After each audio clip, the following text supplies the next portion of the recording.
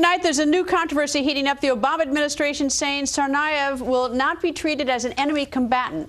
What does Senator Lindsey Graham think about that? Well, he joins us. Nice to see you, sir. And I understand you wrote the statute. Right. Well, I've got two goals. One, to bring him to justice, and that will be done through federal court. He was never eligible for military tribunals because he's an American citizen. I actually wrote that law. What I want to do is find out what he may know about forest terrorist connections, about future plots.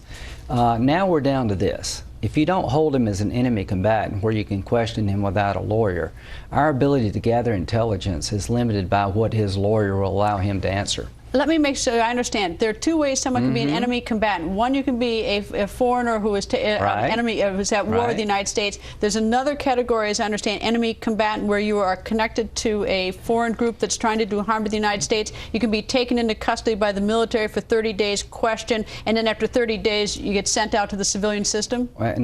In his case, he was never eligible for trial by the military. That's different. What I'm talking about is gathering intelligence.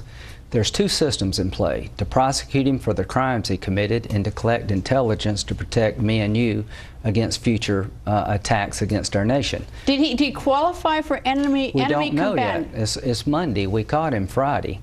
The Obama Doctrine, for 4.5 years, we've called Osama bin Laden's son-in-law. He wasn't an enemy combatant under this administration's rules. He was the spokesman for al-Qaeda after 9/11. This president has not designated anyone as an enemy combatant. What does that matter? All the information that led to bin Laden's capture came from any combatants held at Guantanamo Bay that we interrogated over a long period of time. What I want is pretty simple. I want to be able to talk to him without a lawyer present to gather intelligence about future attacks that may come our way, and none of the information can be used against him in his trial. I'm not worried. A first-year law student can convict this guy. I'm worried with the videotape.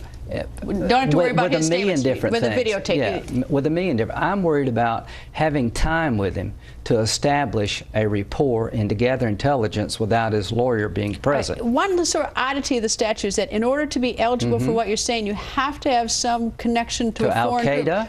How much time do you have to find that? Because it's sort of, I mean, someone doesn't just sort of announce, I'm al-Qaeda, and so that you're eligible. This is the way it works. The President of the United, if I were President of the United States, here's what I'd do in this case. I would say there's plenty of evidence to suggest this was a radical jihad attack. It was motivated to kill as many Americans because of radical jihadist thought, that the older brother went to Dagestan, one of the most radical areas in Chechnya. Chechnya has produced more fighters for al-Qaeda than probably any place on the planet other than the Mideast. I would say at this early stage, we want to know more about what the brother did in this radical part of the world. And I don't believe this guy. I mean, he's got every reason in the world to nod that he's a low-level guy. I want to take time to put the puzzle together.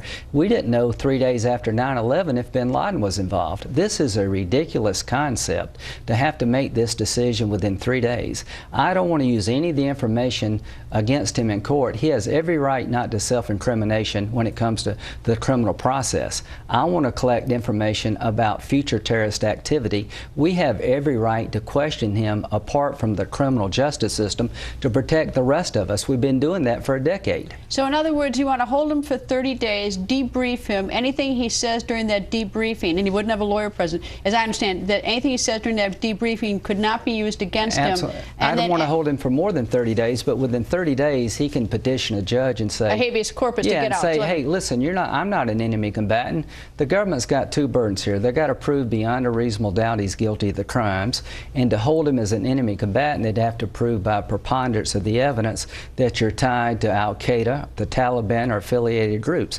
Chechen Islamic groups are affiliated with al-Qaeda under our laws. So is it enough that he visited Chechnya for 6 months for you to conclude that there's a threshold met that he's part of a group? That's in your view. If I were President of the United States who makes this decision, I would say, This is clearly a mass terrorist attack. They were trying to kill as many innocent Americans as possible.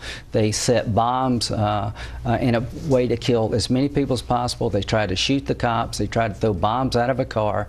The older brother was identified by Russian intelligence agents as a radical Islamist, and he visited a part of the world that's very dangerous. All that would allow me as president to say, I want to find out more in the national security legal system, not the criminal justice legal system. The New York Times editorial board in part says Mr. Graham's reckless statements makes a mockery of the superb civilian police work that led to the suspect's capture. Well, let me say this. The New York Times editorial board is not going to defend this nation against radical Islamic attacks. The cops did a great job. They did a fantastic job. They did, and you know what? The lawyer that's representing him will do a fantastic job. But if we limit ourselves to gathering intelligence through the criminal justice system and not use the national security system I'm talking about, guess what? No lawyer in their right mind will allow you to talk to their client unless you promise not to seek the death penalty. It would be done in plea bargaining. It would be done in plea bargaining. My client will give up X if this feds will give up the death penalty. So under the Obama administration, we're down to gathering intelligence through plea bargaining. That has never been the law. For a decade now, we've taken these cases. I'll tell you what the problem with that is. Put them in the national security system. The plea bargaining will be done a year from now. That's the real problem too. Plea bargaining. I mean, exactly. I don't want to make your case for you, but plea bargaining is not done now. You know what I'm worried about? I'm worried he may be lying to us. I'm worried that the brother, when he went over to the radical part of the world, that we need to look very closely at what this guy knows, and he may be lying to us. But I'm worried about next week and the week after, not a year from now. Senator, nice to see you, sir. Thank you.